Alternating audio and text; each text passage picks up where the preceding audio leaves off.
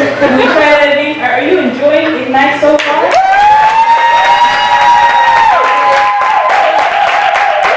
It's actually changing how you see your ministry, how you lead your ministry, how you go about leading leaders in your ministry. And we just want you to take out the time to go on your social media page, and you can post a picture of yourself. You can post a picture of Level Up or Huddle Up when it comes back up.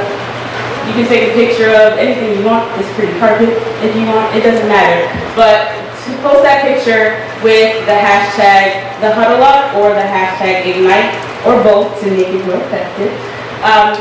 But don't be afraid. Share what you're thinking about this conference. Share what you're thinking about this workshop, what you are taking from it, what you will change about your ministry and how you lead. And just help it be a blessing to others. Because next year, I can't wait to see where this goes. Amen. Amen. Thank you for your time.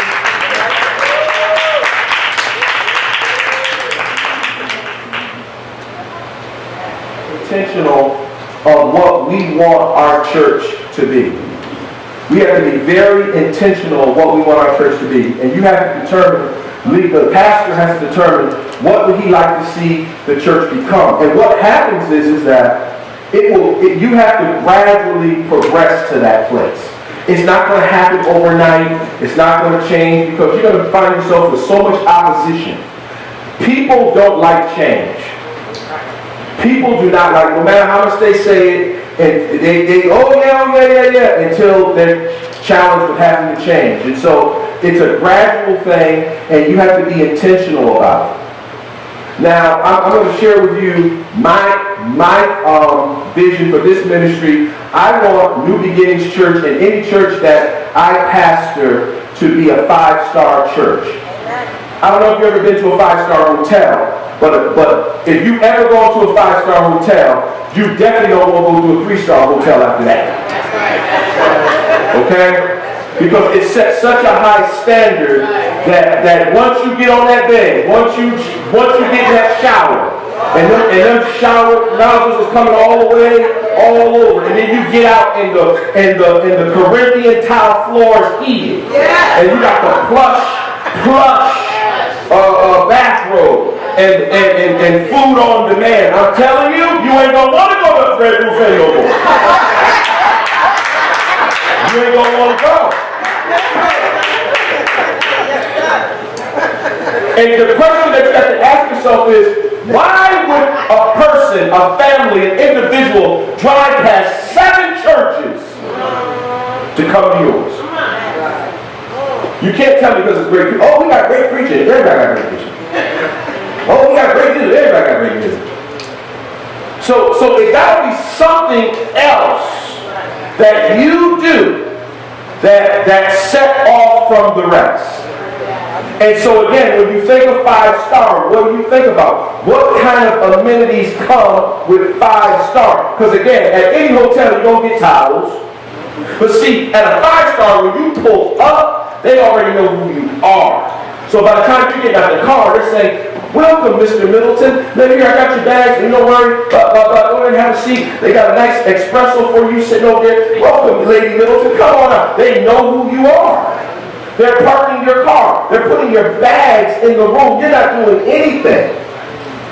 So we understand that Lady Middleton likes spa, so we set her up for a spa for $330. Is that going to be okay, Lady Middleton? Because if not, we can bring the masseuse into your room and he'll give you a personal massage. You ain't getting that at a Hotel 6. You ain't getting that. You're not getting that attention to detail. So when a person comes to your church for the second and third time and you still don't know who they are, versus a person's coming for the second time and as soon as they walk in the door, the greeter remembers them. "Roxanne, you're back! Oh my goodness, Roxanne!" Roxanne's like, "Oh shoot!" She walks in and out of us, "Sister Roxanne, we're so glad to have you back. Oh, and you brought your husband this time? Nice to meet. Where would you all like to sit?" You know, we have a certain section right over here for visitors if you just like to sit here. is one of those things where you got to make people feel special. You got to make people feel like, wow, this is the place to be. Tap maybe say 5-star. So again, what's the difference with your church versus the church that's right next to you, or up the street, or past the package store next to the other package store, up the street, the next church? What's the difference? We all got the same purpose. We all love God. We're getting to heaven. We all trying to do that. But there has to be something, there has to be some amenities that you can offer that other people aren't offering. Brother Terry and Brother Steve, Pastor Steve, put a bug in my spirit. They came out the bathroom talking about monitors in the bathroom, but the bathroom's so warm. I said, that's a good idea. So while you tinkling, you can still watch the service. Y'all gonna get y'all all right. Y'all ain't ready for that.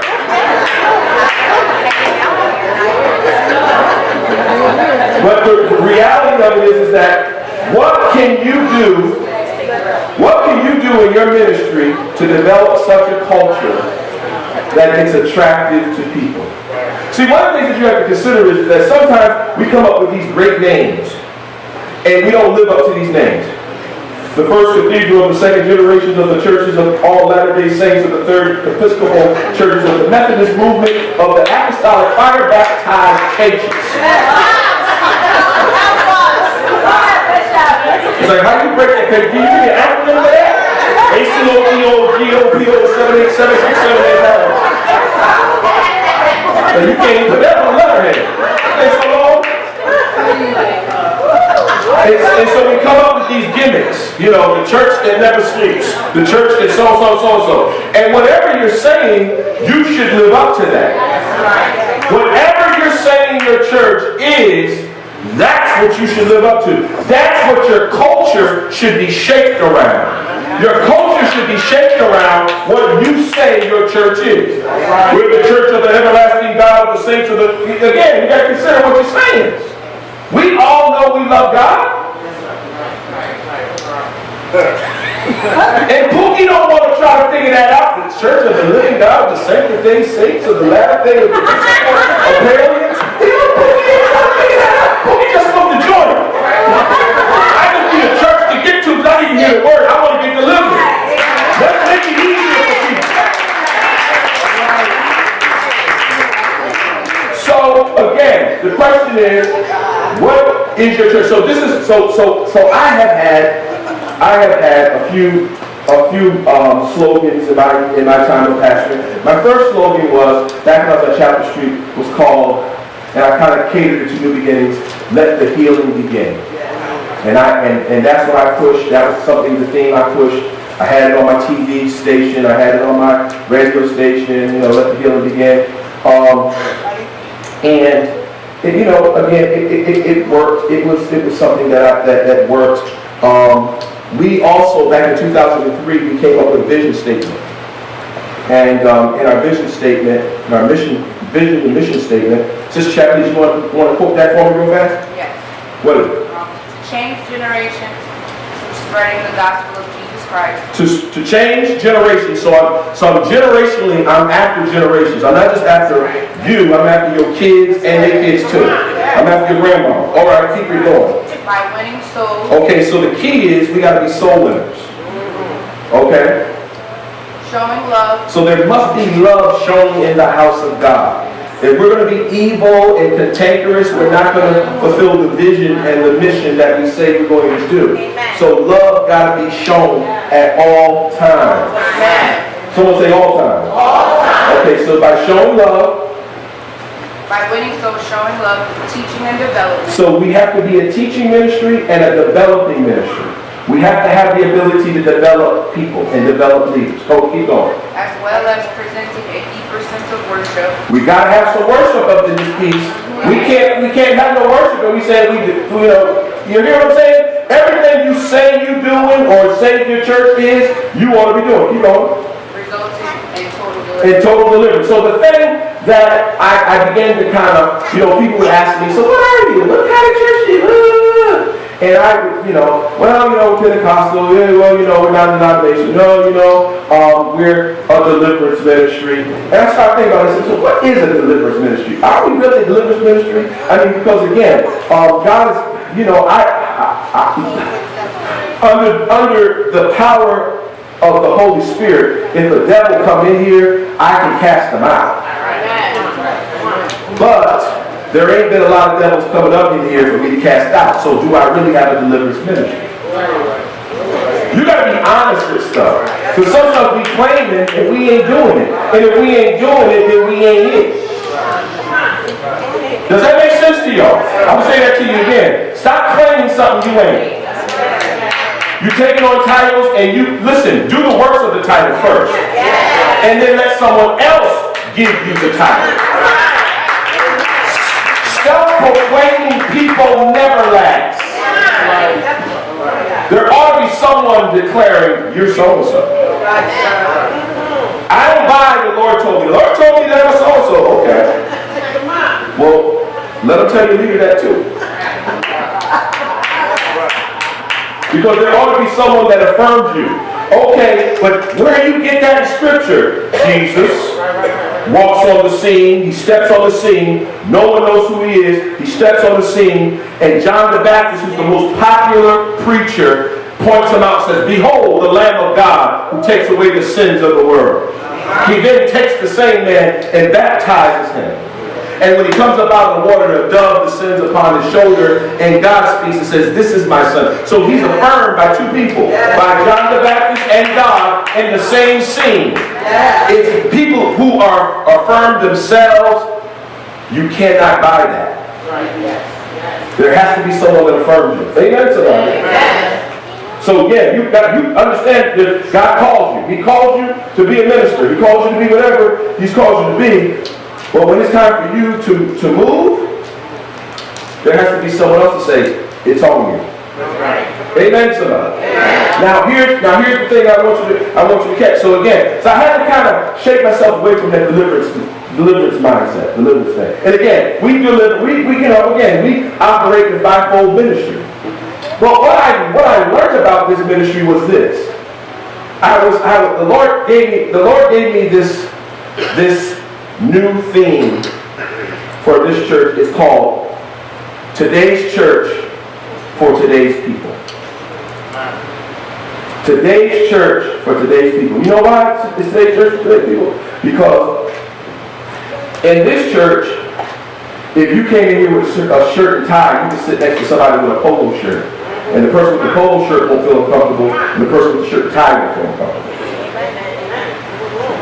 So you come in here with shorts and flip-flops on and still not feel convicted. A woman can come in here with pants or a skirt and not be convicted, because we're not going to judge you by what you wear.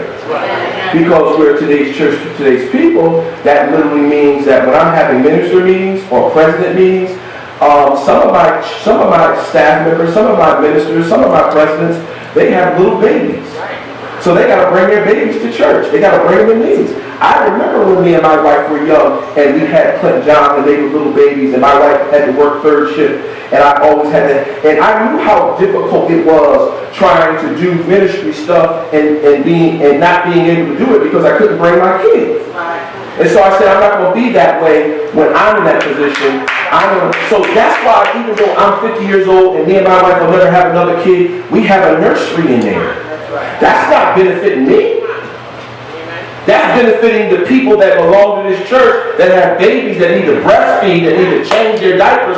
I'm thinking about today's church for today's people. Amen, somebody. So whenever the Lord gives you something, you should be able to back it up with Scripture.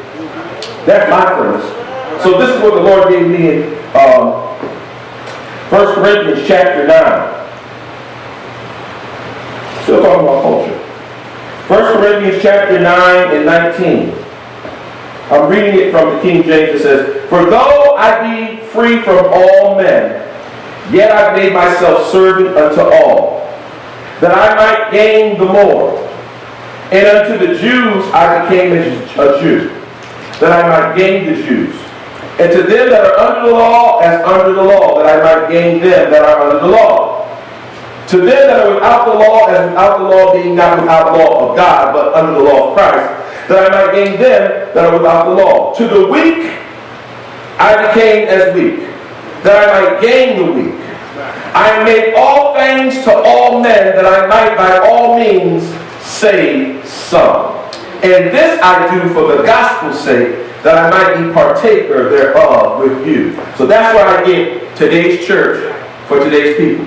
Because to some people will come in here, they're going to be starch Catholic, starch Pentecostal, starch Methodist. Some are going to be unchurched completely, have no understanding of God, have no understanding of Trinitarian, and my responsibility is to be weak to the weak, strong to the strong. I have to be able to minister and teach on a level that I can feed a 3-year-old all the way up to an 80-year-old. My message has to be able to reach from one culture person to the next culture person.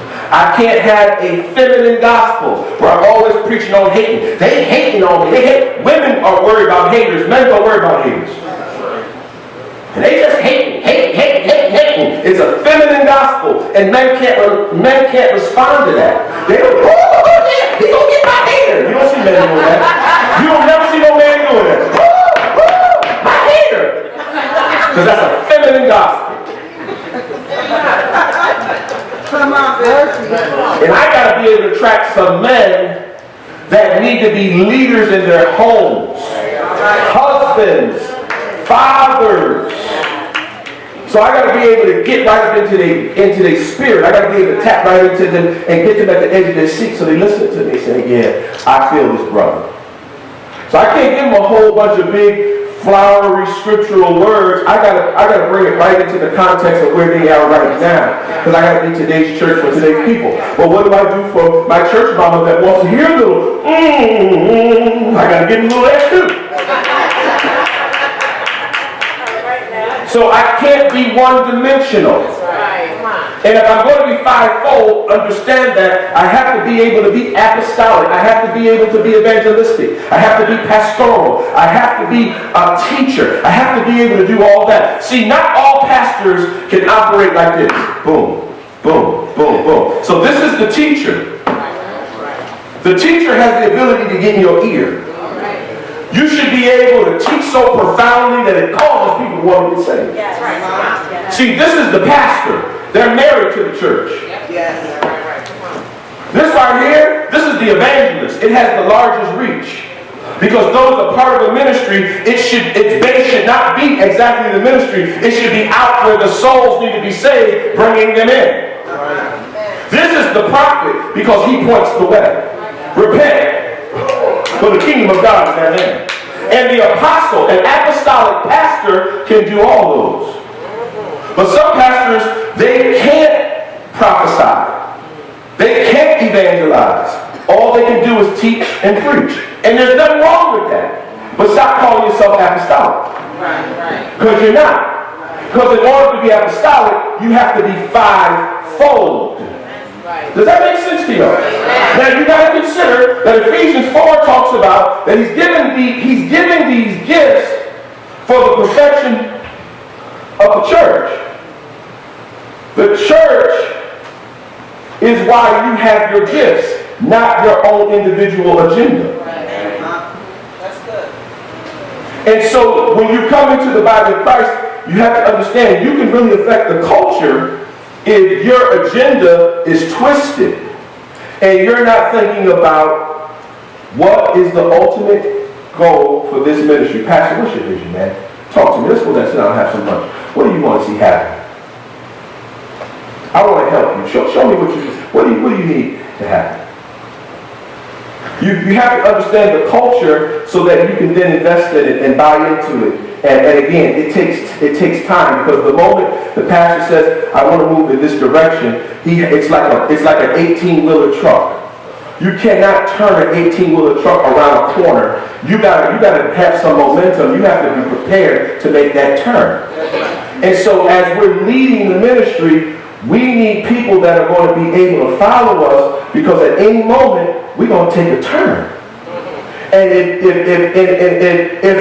the cabin is going left, but the cargo thing is going right, what's going to happen?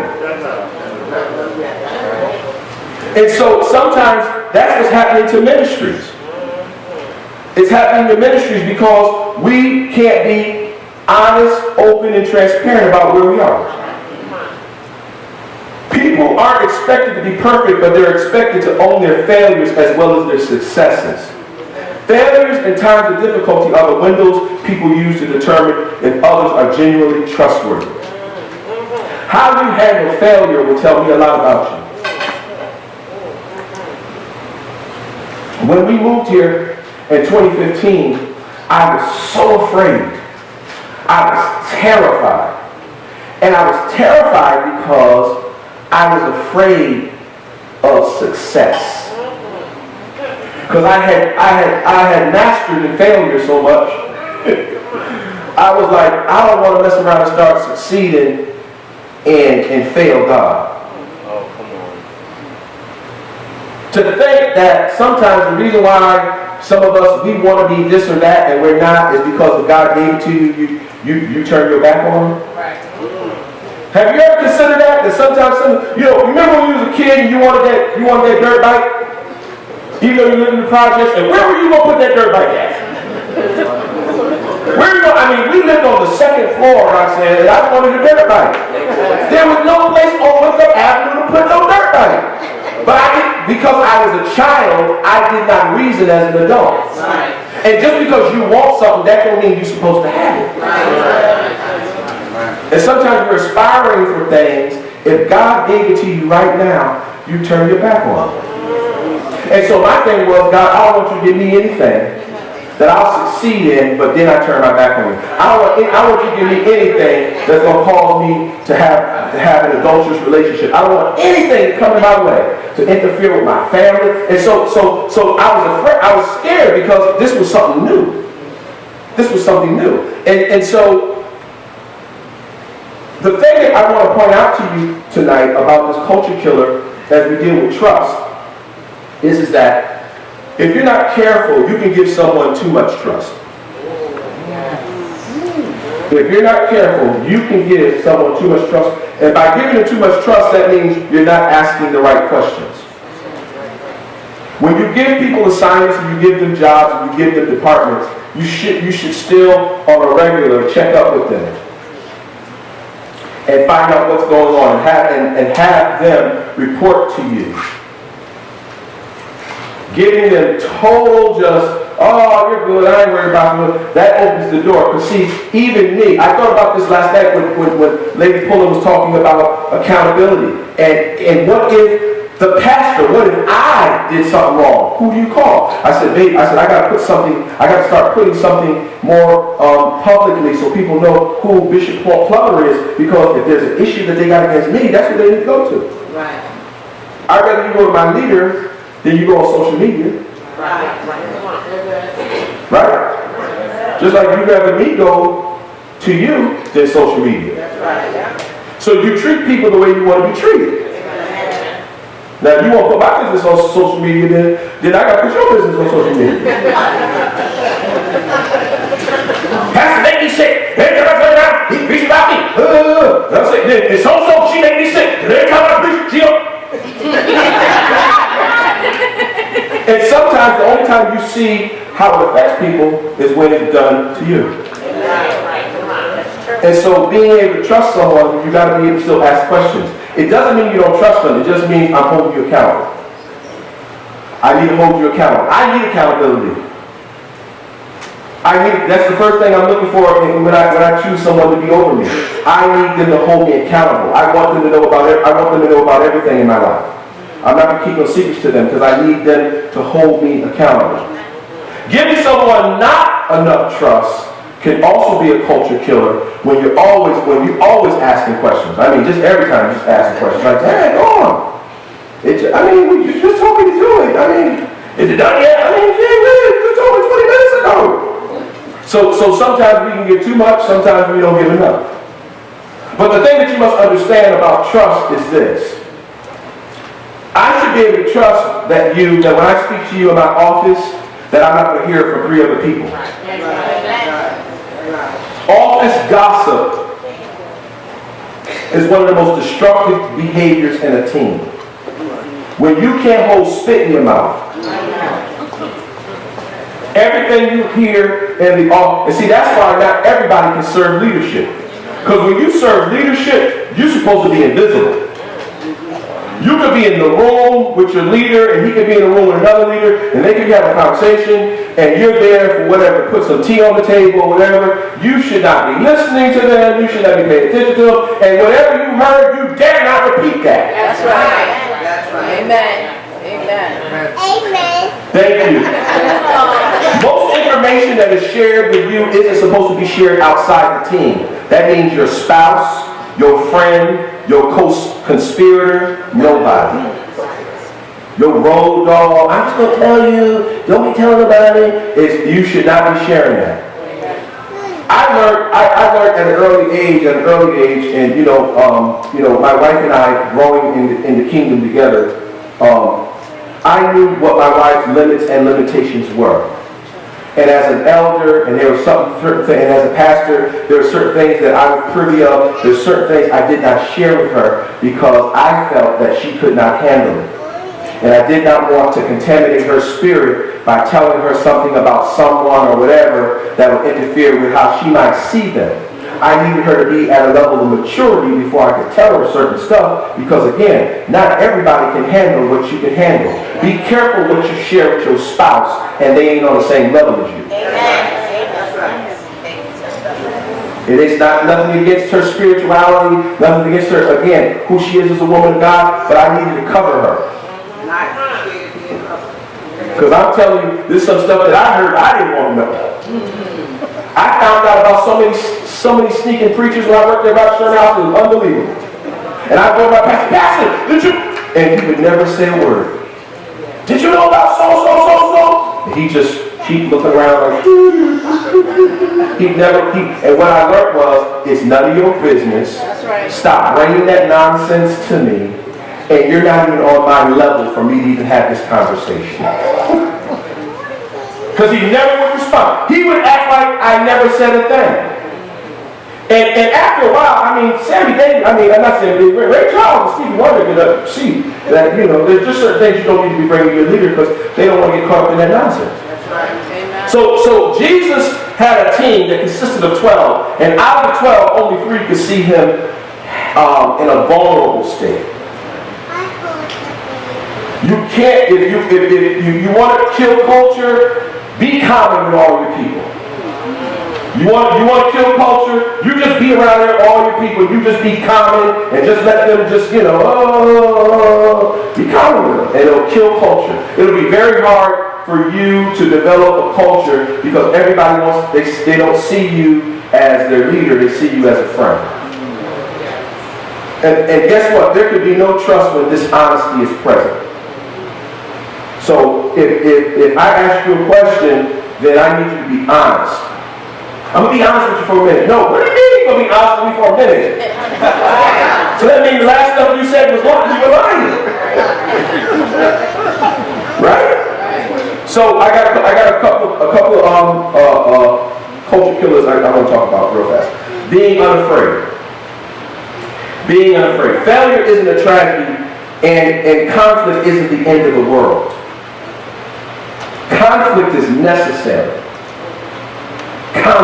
I never knew that until I was working at the Chase Center years ago, and there was a program that I was help running, and we had 12 women on one side, CSSD funded beds, and we had 32 Department of Correction guys on the other side.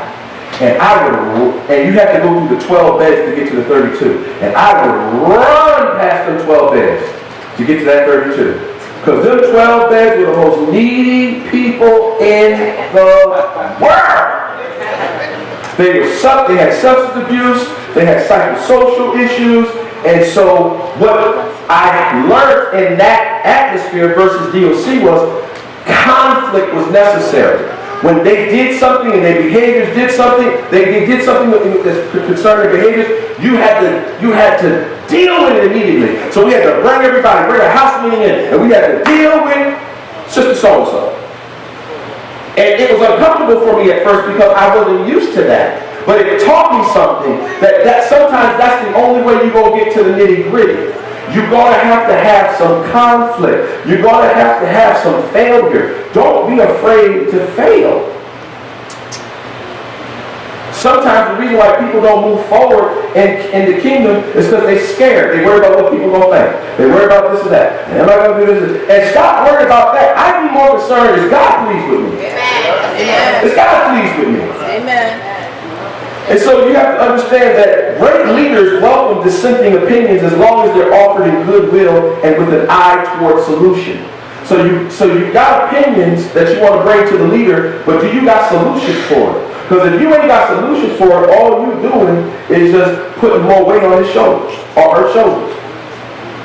When I was a kid, I watched this movie called The Wiz, and which she said, "Don't nobody bring me." Nobody. That's right. You come with me with your opinion, make sure you got a solution too. What's your solution about it? Because to me, opinions are like belly buttons. Everybody got one. Right? Because I can have an opinion about how you do what you do. Right. But that doesn't mean I need to share it. Unless I got a solution to help you get out of that situation. Now every year I see you every year come March, you broke. And I got to lend you $500 to help you to do this. I'm going to share my opinion about that. You have a right to share your opinion because you're invested in that individual. Ain't that somebody? Listen, man, every March, man, and then you pay in December. So I get my money back for like 3 months. We got to come up with some solutions, bro.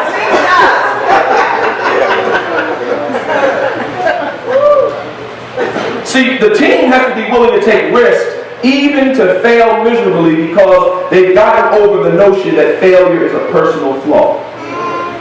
You got to be willing to take risks. We took so many risks to get here, and we failed miserably. We made some big boo-boos, made some wrong. I remember when I first got trying to get my 501c. Listening to people. Oh, my sister so-and-so, she got a cousin Pookie, and he can hook you up. $500, love, and throwing out $500 here. And investing in all these backyard people that weren't professionals, they weren't legitimate, and making bad mistakes because they're going by the word of somebody. And I had to learn, listen, when it comes to God's business, get professionals. That's right. Get lawyers. That's right. Get a CPA. That's right. Because if you have those people behind you, when you try to get along, when you're trying to buy a place, now you have paperwork, you have legitimacy. All right. So since 2003, I've been incorporated. Small little church, I was incorporated though. I know churches that have been around for 20 years before me. I existed and still ain't got no incorporation. And so how effective can you be in the kingdom and doing kingdom business? Because whether you know this or not, God did not call for us to pastor people to make them shout, clap their hands, fall out, spit out, and then go home and be broke. That ain't God's plan. He said, I come that you might have life and have it more abundantly. We ought to be owning the bank, not borrowing from the bank. There ought to be things that we take possession. If every pastor in this daggone Connecticut region came together and sat at a big round table and said, hey, no lie, I got 50 members. No lie, I got 75. I got this, I got that. Listen, this bank said, if we all come to this bank, they will help all our members get mortgages, second home, whatever you want. You got a 675 credit score. We need to come with power like that. Yes. Because again, when a person's coming to church, what do Pookie looking for? What's Shanisha looking for? What is she coming there for? We got to have something than just, we have a good church. Shanisha, I promise you, if you come to this church and you go to this church, in 3 years your life going to be changed. You're going to be a homeowner, you're going to be in college, you probably got your bachelor's or your master's degree. Come on, somebody. Your kid won't be incarcerated no longer. Come on, somebody. There has to be some signs that are following us. It causes people. And so again, when people are looking at us, they say, okay, all right, but why should I join? So we got to have some courage. We got to take some risks. We got to be willing to take some risks. Some of us, we're afraid of social media. We're afraid of getting in front of the computer. And we got to take some risks. We got to do some stuff. 6 months, back in June, the Lord, I was in a consecration prayer, and the Lord spoke to me, and He said to me, I want you to change how you're doing things on Sunday morning. Because what we were doing for the last 3 years, I've been having my wife doing a Saturday night live, and we did a Saturday morning worship. It wasn't producing the fruit that I wanted to do. It was stretching her, causing her to grow at a level, but it wasn't producing the fruit that I wanted to do. And I'm not afraid to say, stop that, let's do something different. I'm not going to sit up and beat no dead horse. So the Lord spoke to me, He said, this is what I want you to do. I want you to take Saturday, and I want for you all to do a live stream. I want you to do this thing called Keeping the Vow. I want you to take the vow and break down the vow. Each week, talk about the vow and the importance of marriage and what people are saying yes to God about. And so He said, and what I'm going to have you do is, I'm going to have you have your wife share the pulpit with you on Sunday. You preach one Sunday, she preach one Sunday. You preach one Sunday, she preach one Sunday. And that's how you're going to do it. All right, Lord, that's what you want me to do? Okay, cool. Now that, again, that goes against all my coaching background beliefs. But okay, I'm free from coaching, so come on, let's do it. And so I say all that to say is that we've been doing Keeping the Vow. We went from Keeping the Vow to now Keeping the Standard. We developed a Facebook page and all that stuff, and we did it for an entire 6 months. Now, 4 weeks ago, Christmas time, a lady, after service, I'm shaking visitors' hands, lady shakes my hand, she says, oh, we listen to you every Saturday. I said, what? She said, yeah, me and my husband, we watch Keeping the Standard, and that's why we're here. I said, where are you from? New Britain. I said, y'all go all the way from New Britain? Yeah, with their 3 kids. So now anybody know me, I love kids. And kids love me. That's the culture here. When you see my kids, you'll see them, they gonna hug me, grab my leg, because they want candy. So they hugging on me, they loving on me. So I'm immediately with the 3, yo, what's happening, bro? What's your name? Bro? And I'm building with the kids. Because I realize if I build with the kids, they're going to be the ones to say, Mom, I like that church. I like that pastor. I want to go back. That's right. So they came back a week later. And they came back a week later. And they came back a week. And what I'm trying to get you to understand is, I said to my wife, I said, babe, if us getting on live stream, the only reason for us to do that last year was to win that family, then we did what we were supposed to do. We took a chance and won one family. Now this one, yeah, one family. Listen, we can change the generation with one family. And I'm looking at the husband, he's sitting there every Sunday, he's looking at, listening to me, and I'm saying, oh my goodness, we got him. We got him. And so the culture, again, we have to understand the culture of not being afraid. Not being afraid. Not being so defensive and timid. Being able to take criticism. Being able to take encouragement. Number 5. Responsiveness. This is a major game changer for a lot of ministries. I know some ministries that are very mega, very big, very large, but their responsiveness is horrible. Their administration is horrible. Their email response time, their callback response time is horrible. And teens with healthy cultures are alert to open doors and ones that are closing. You have to be alert to open doors and to ones that are closing. An individual may not notice a particular threat or opportunity, but someone else on the team will. So as having a responsive culture, you need to be able to see the people that are missing. When you see people that haven't been here for a while, let's reach out to them. So how does the women's department handle that? When sisters just stop coming, do the women's department reach out? When the brothers don't see nobody, do they reach out? Do the administrative team, do they reach out? Who's reaching out?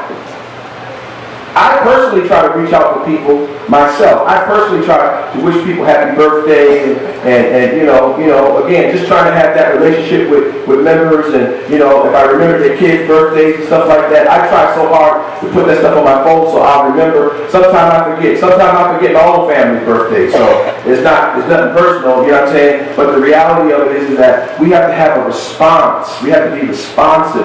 The Lord blessed me about a year ago. The Lord blessed me with this lady. She had been in my church for about 2 years, and she had been sitting here on the lawn. And I pulled her out, and I got her involved with the pastor's aide. And immediately, she just began to blossom. And the Lord spoke to me and had me not take her off pastor's aide, but give her hospitality. And the person that had hospitality did a phenomenal job of hospitality. I mean, they brought it to the level that it was on, and that was great. So, in other words, if I had a guest preacher that flew in from whatever, when they got to the hotel, they had a fruit basket, blah, blah, blah, nice little thing. When they came to the church, they had a nice little hookup, stuff like that, little gift bag for the first lady when they left. That's how the hospitality was getting down. This lady took it to the next level. Anybody that got sick, anybody that died, a fruit basket, a flower basket was sent. I mean, you talking about, last year we probably had an average of death a month. And people in the hospital, she's just, and what happened was, before she started it, there was one person that their son died. And he's a member, but he wasn't as active as we would want him to be, so he kind of slipped through the communication loop. It wasn't intentional, but he slipped through the communicational loop. And so when I saw how this lady was doing what she was doing, hospitality, I was like, man, I gotta step my game up with this stuff. So brothers, when some of the brothers, their family members started dying, so I started texting brothers, hey, listen, man, so father died, hey, let's all chip in and, bless him with some money. Let's bless him with some money because he gonna have family members coming from out of town. He gonna need money for gas money, whatever. So again, in the text message, the dude that we missed was in that. And then another guy's family died, and so now he's saying, well, how come they didn't do that for me? And so sometimes you can be responsive and you're trying to help people, but sometimes you offend other people in the process, not intentionally, but because you started at this point and they started at that point. And you have to be able to own up to that and back up and say, hey, I apologize. Please forgive me. It wasn't their fault. It was my fault. And being able to be responsible enough to not get angry when people are feeling the way they're feeling and get with them because they're human beings and they're legitimately upset. And we could have lost him if I didn't have the ability to go to him and say, hey man, I'm sorry about that. We dropped the ball. If you be in church more often, no, that's not how you do that. That's right. That's not how you do that. And so you got to understand the culture that you're setting. That's right. You got to own up to stuff. You got to be willing to take the sword. You got to be willing to take the sword. Yeah. And you can feel that you're dead right, but you know what? Jesus said it like this: agree quickly. You better, because they're not going to take your butt to court, and they got some stuff on you. So, teens, we got to be responsive, and we got to be able to develop a consistent process of collaboration, like Sister Tadina talked about. You'll never work well in a ministry if you don't collaborate. Why do you think Dunkin' Donuts is doing what they do? Because they hook up with mobile gas stations and say, listen, let us bring some coffee and donuts. Y'all pump gas and we good. And when Dunkin' Donuts build up enough clientele in that area, guess what they do? They go right across the street and build a building. Collaboration. What do you think Comcast and all these Universal Studios, all of what they do? Time Warner, what do? They collaborate. They come together and say, listen, two of us is better than one. Amen. And could you imagine if we collaborated more? Our culture would show that. Your culture would be very clear. You know what? They work together as a team. When I look at Pastor Steve, Pastor Tanya, I see a great team. But the problem is when you have other couples in your ministry that don't adapt to that culture. So Pastor Mike and Pastor Stephanie have set a culture that they are an honorable couple, that they love one another, they honor each other, and Pastor Mike wants his ministry to honor First Lady. He has to first demonstrate the honor. You can't make anybody honor your wife and you ain't honoring her. And many First Ladies in many cultures are treated like second-class citizens because the pastor allows it. It's not the congregation's fault. It's the pastor allowing a culture to walk all over her without standing up and saying, oh, you ain't going to be walking on my way. Oh. So you have the responsibility to set the tone of how things are. But you can't get upset when people don't model what you're doing. Because it could take years before you start seeing replicas of you. But when you do see them, you know, I got to pour into them. I got to pour into them like McFarland poured into me. You follow what I'm saying to you? So the responsive teams just don't focus on big goals and sweeping strategies. They develop the habit of taking care of little things, such as promptly returning calls, responding to emails, text messaging, being able to communicate decisions to everyone who needs to know he or she, or who he or she needs to know. So it's important for you to have a great line of communication. I set up last year, this time, in my our leadership meeting, I let all the staff presidents, all the ministers know that effectively, January 2018, I'm no longer using Facebook Messenger. I'm no longer communicating through Facebook because Facebook has a way, when you download that stuff on your phone, they steal all your information. And I am no longer going to be privy to that, a part of that, and I'm not going to do that. What we're going to do is we're going to communicate through Microsoft. And I gave everybody an email. At the end of their email is their first initial, last name, ndmchurch21.com. If you need to contact me, email me. Or we have Microsoft Teams, which is like iMessage where you can actually video chat with people. But I am not communicating with you via Facebook. I told my admin team that. But my admin team didn't cut their stuff off and kept communicating with people on Facebook. So guess what culture they developed? Facebook. So even though I said I'm not doing it, they said we're going to do it anyway. And so now they come to me and say, oh my goodness, this Facebook. I said, but that's your fault. Because I said last year that we were going to do away with it. And I did. I did away with it. And when people reach out to me, they're not index boxing me on Facebook. They're sending me an email.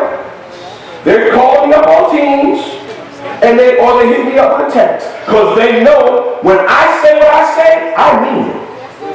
Unfortunately, if the culture don't follow suit, you put yourself in a bad situation because now you're trying to clean up a mess that should have never been there. Because whenever the leaders say this is going to stop and you keep doing it, you're killing yourself. Y'all hear what I'm saying to you?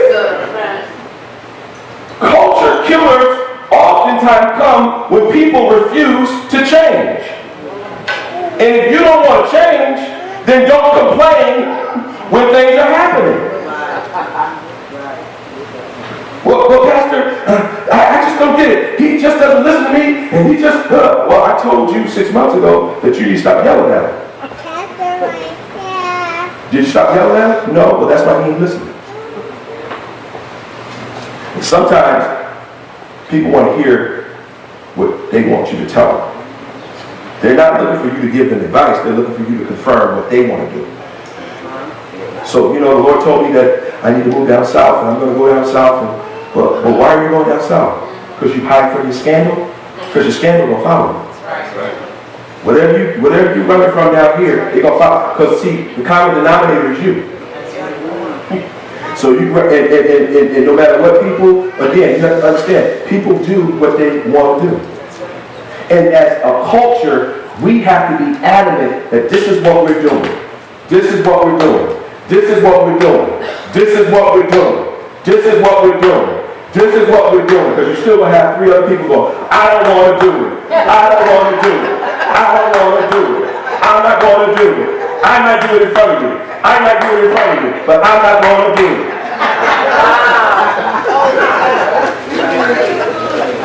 And it can be frustrating, and it makes you want to smoke the rock. It wants to burn you out. The enemy's job is to cause you to get frustrated because things aren't going the way you want them to go. And that's why you have to be consistent.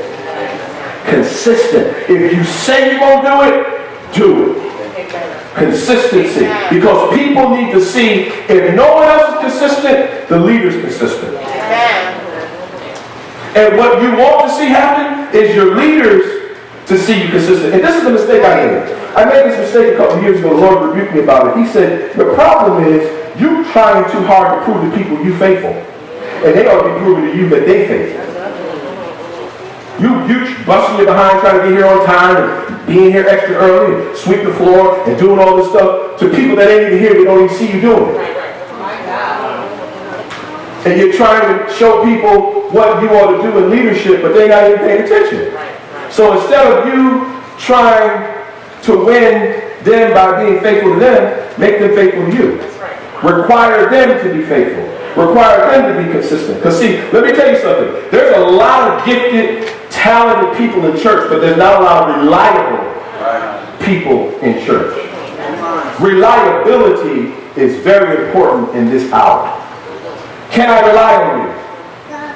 Because me and my wife, we about, praise the Lord, 2 of our daughters sold a vacation into us for Christmas, and we going on vacation. Amen.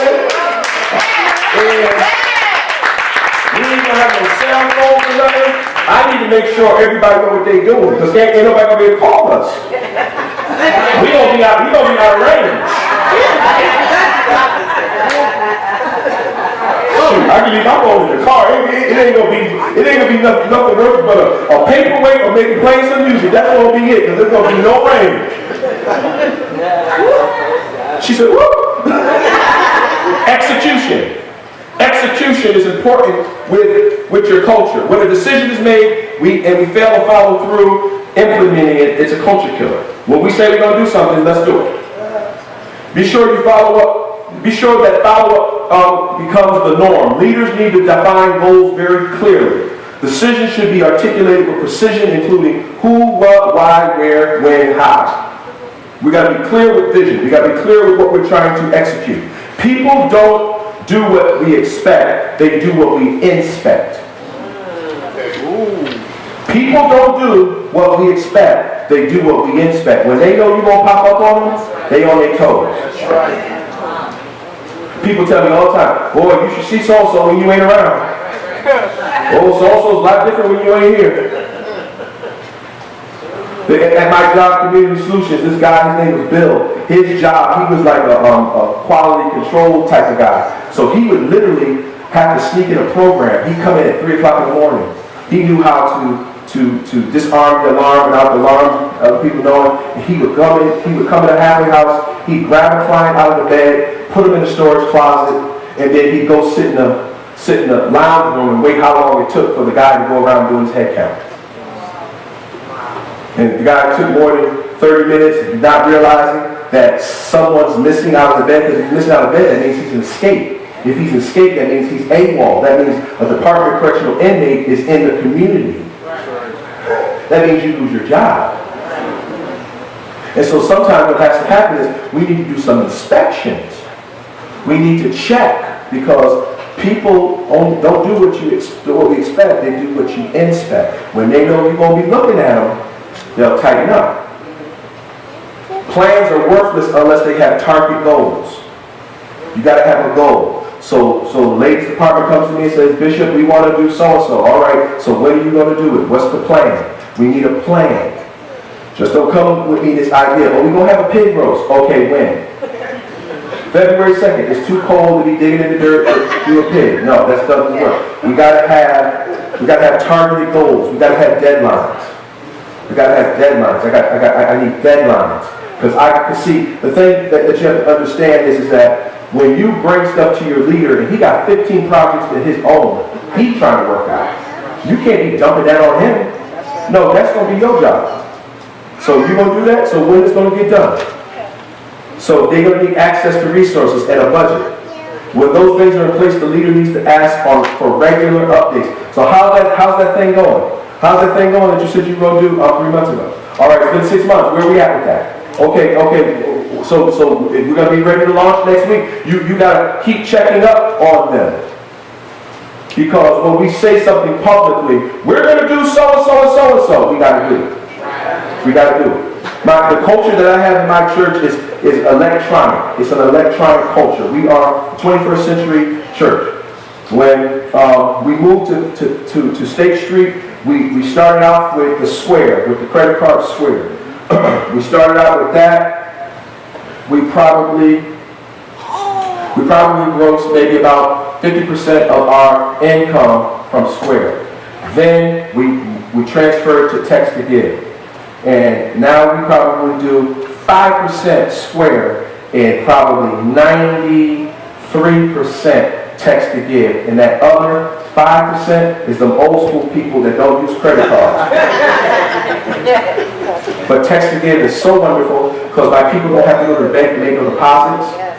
At the end of the year, Text to Give tells them what each person gave. So all they got to do is hit your name, and your name comes up for everything you gave, and now you can just hit send and email it to them. You know how easy that is versus going to the bank every week, making deposits and this and that, and envelopes, and how much money you save on not spending on envelopes. So I'm trying to develop a culture where everyone's 21st century, where we don't even have to worry about taking out our wallet. We just do, and the money's there. But it took a minute. It took a while. It took, because the first people that had to buy into it was my admin, because they fought me like a mug. Come on, we go get squares. No, square, they get no squares. No, we don't get no squares. Fight me like a mug. I brought them down to Arlington in Cleveland, and we went in there, and they saw all these people working with squares. They're like, I think we need to get squares passed. Look, like Sister Kadena said, you got to learn how to trust your leader. You got to learn how to trust them when you can't see it. Because just because you can't see it, that don't mean it ain't. Because see, the thing that you must understand is, your point of view where you're sitting is different from where mine is. What I see, y'all can't see. And as a leader, you have to always understand this. Your view of things is God-centered. God is giving you this view. And so people, see, it's like a giraffe arguing with a turtle. I don't see that because you're not supposed to, because you way down here. Trust me, where I'm at, this is where we go. This is where we get. See, the thing that you have to understand, I know I'm about out of my time, but I need you to get this understanding here. What will make the difference between us and them is this. You ready for us and them? Zacchaeus was the chief tax collector, which means he was the boss's boss. And he stepped into town and he heard this rumbling and mumbling about Jesus, and he saw the crowd. And he wanted to see Jesus, but he could not get into the crowd. So Zacchaeus had the ability to forecast where Jesus was going, not where he was at. Some of us, our problem is we're too focused on where he once was at. But you got to remember, God moves. He picks up his tent and he goes. And some people are still focused on where he was at back in 93. And he ain't there no more. And Zacchaeus was able to forecast exactly where Jesus was going to be and got up so high that he was going to be able to notice him. So let me ask you this question. What year is your church in? Are you where he used to be? Because the place where he's at right now, we gotta utilize social media. We have to use electronic giving because of where we are at. And he got up to, come on down from off of this tree, man. I gotta go to your house today. Because he had the ability to forecast. You need leaders in your church that can help you forecast. Because just sitting around eating chicken wings and telling each other how great we are and how anointed we are just don't work for me. Girl, you anointed. What they mean? I know. And you ain't doing nothing. You ain't effective nothing. Understanding. This is it. This is going to be it for me. This is my time up. Understanding. Everyone on time. Everyone on the. Excuse me. I can't even say my own. Right. Everyone. The time needs to have. We need to have clear grasp vision of roles, gifts, contributions of team members, and the way team members function. So we need to have a clear understanding and clear grasp of the overall vision. We need to understand each other's roles. We need to understand each other's gifts. We need to understand the contributions of each team. What's the team contributing to the overall vision of the church? So ministers, what do you contribute? What do you bring? Would we miss you if you weren't here? Or is your position so vital that we would walk in the room and say, oh my goodness, where's the ministers? There has to be something like that. So the vision should be global and specific and too big for anyone to handle without the power of God. If you can finance your vision from what's in your pocket, then you ain't got no vision. Healthy, strong teams can point to one another and say things like this. Reggie's really good at that. Pastor Tara, she understands the system and is really good. What Gloria has experienced in helping people with this issue. When you know each other's gifts, you know how to refer people. Why do you think doctors know how to refer? Because they're collaborating, they're working together. The church is the only place that we don't work together because we're so caught up in ourselves, we don't appreciate the gifts that are around us. Because see, I know at 51 years old, as much as I want to get my son saved, it might not be me, it's going to be some of y'all out here. So I want to know what your gift is so I can, hey, what, you got youth ministry gift? Go, come talk to come holler at my son. I want somebody that has some influence spiritually to deposit into him, to help him. Because I recognize and realize that what I got may not be the thing that works. And if we all try to accomplish the same thing, we should not be intimidated by each other. We should be understanding. Would someone say we should be understanding?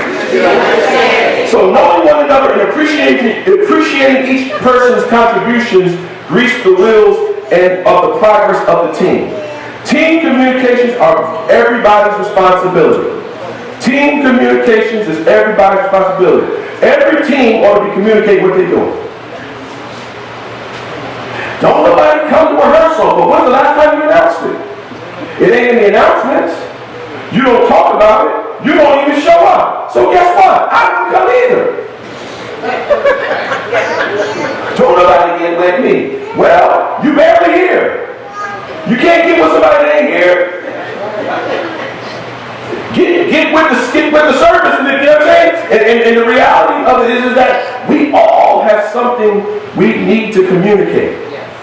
We all, the men, the women, the ministers, whatever we're doing, whatever we're trying to do, let's communicate that. Let everybody know what you're doing. So that in case there's something that someone else is doing, you might be able to say, hey, we can pull that together. Oh, Oh, you mean this Christmas you went out and sung to the elderly?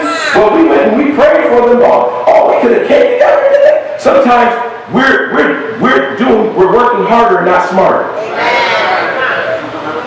And if we only communicate, say, this month, this is what we're doing. Anyone like to be in part with us? So the leader's task is to make sure each person clearly grasps the principles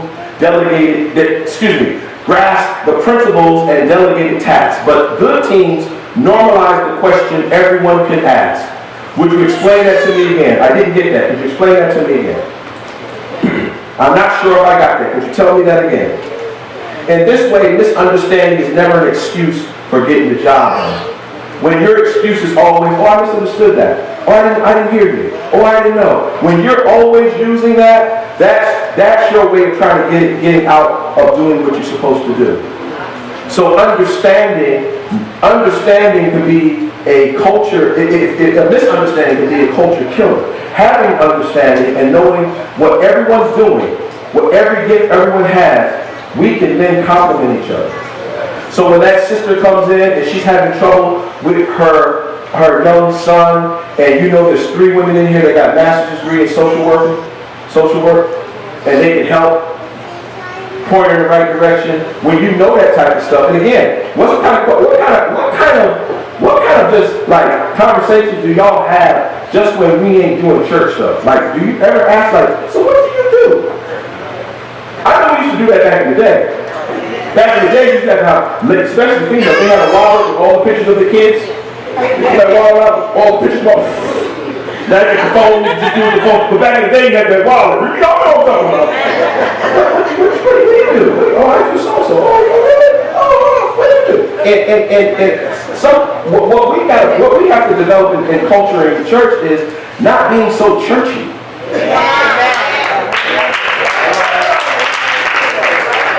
Can we do some stuff outside church, maybe? Can we go bowling? Can we go do some bowling? So I can find out, can we go shopping? Oh.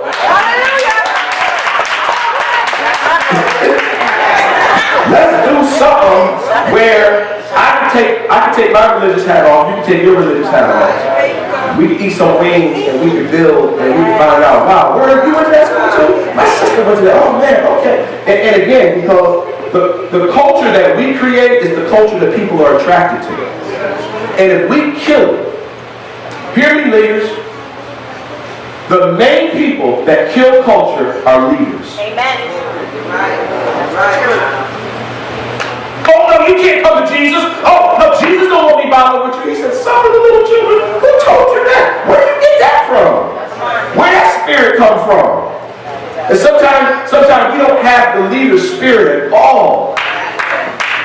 And we enforcing stuff in your own spirit, in your own stuff, and it kills culture.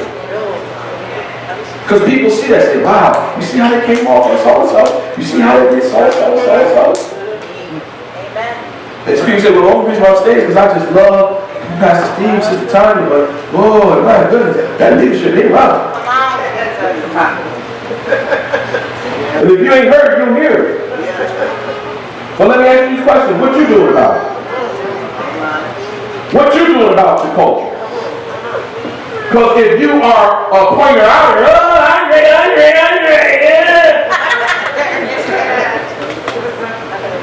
then you're just a part of the problem.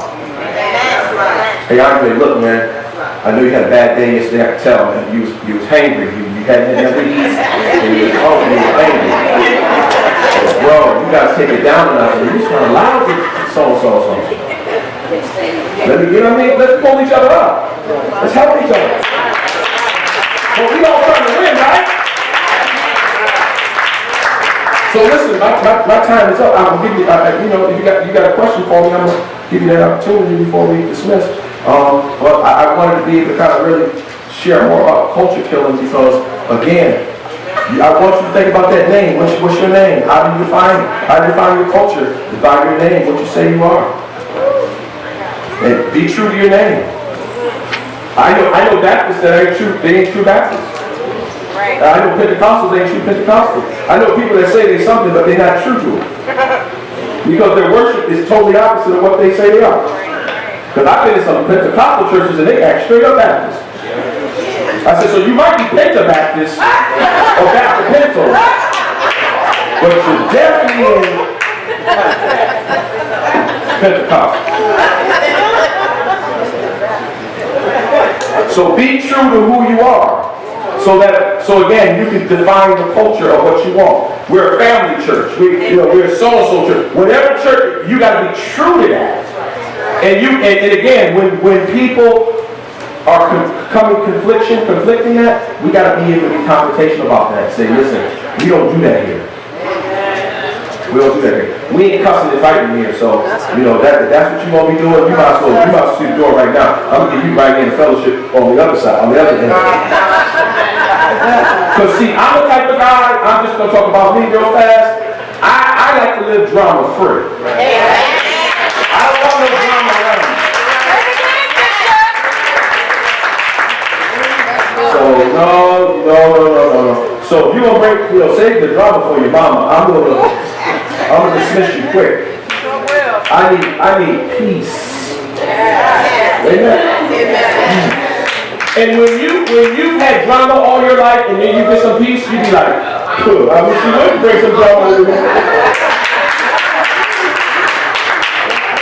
And so my prayer is that everything that we have poured into you in the last 4 days that has been beneficial for you to either offend you, to encourage you, to ignite you, to challenge you into looking at how you see ministry or how you thought you saw ministry. Because again, your perception of ministry is great, but you gotta be able to learn how to see through your leader's eyes. Because if you're coming from another ministry, your perception might be off a little bit, and you gotta be able to see through their eyes. You gotta be able to understand what they're saying, and that's the only way you're gonna help them. You won't help them if you're coming in on your own agenda. Check your agenda. So this is what I do. I got an order against my sister, and I feel like I need to set her straight. First question I ask is, why do I think I need to set her straight? What will benefit me setting her straight? Would I be helping correct her so that she won't go the wrong way, or will it benefit my flesh? Sometimes we want to do stuff to benefit our flesh. Under the umbrella of, I'm just trying to help you, sister. I love you. I really, really do. I really do. But then that butt come in. That's when you got to pause. So, all right. So listen. So I don't want to hold it all up. You got any questions? Any thoughts? If again, not too many people email me, so that's cool. But if you want culture killers or whatever, I'll send them to you. You just got to consider that my notes are like the way I think, so they're all over the place. So. But thank you so much. Listen, tomorrow night we're gonna be here at 6:30 for dinner. 7:30 we're gonna have a service. If you come here at 6:30, how many people think you're gonna come here at 6:30? Okay. Because I was almost thinking about doing that thing I was going to do tonight. But we needed at least 3 teams in order for me to do it. But if it's not going to be that many of y'all do it, I ain't going to waste my time going to the store to buy 3 tables full of stuff for y'all working. So raise your hand one more time. Let me see. Yeah, that don't seem like. Alright, so we'll just chat and shoot. Yes.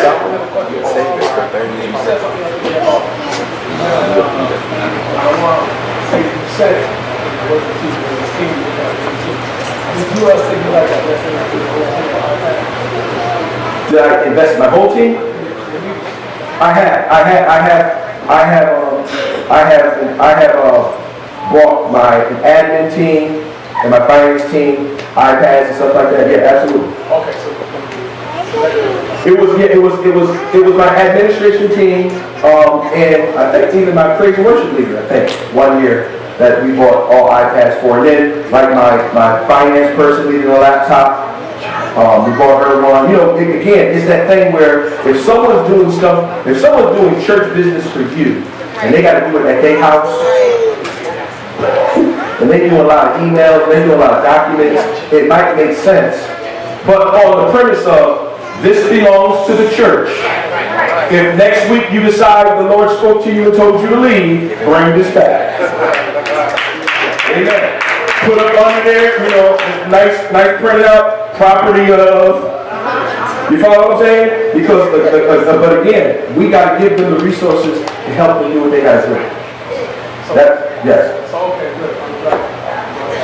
Now let me say this to you. If you need a place to go to, TechSoup.com.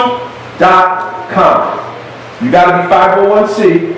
TechSoup.com. You can get refurbished iPads, laptops, computers. You name it. You can get Windows. You can get what's that other stuff? Whatever you document stuff, software, yeah. You can get that with TechSoup.com for pennies on the dollar because you're a nonprofit. So, like for example, I just bought one of my staff an IBM Lenovo laptop. I paid $300 for it. An IBM laptop. I paid $300 for it. So but TechSoup.com is something to invest. It's something to look into and set yourself up with, because you never know. You might want to have a classroom and get computers for all the kids. You can get, they sell the towers and they sell the monitors. They sell, and then a certain time of the year they have certain deals. So, but TechSoup.com. Any other questions? Yes, sir. How's the TechSoup? How's that spelled? TechSoup. Thanks. You're welcome. You got the nonprofit though? I know. Okay. Don't be calling me tomorrow. Come on. Anybody else?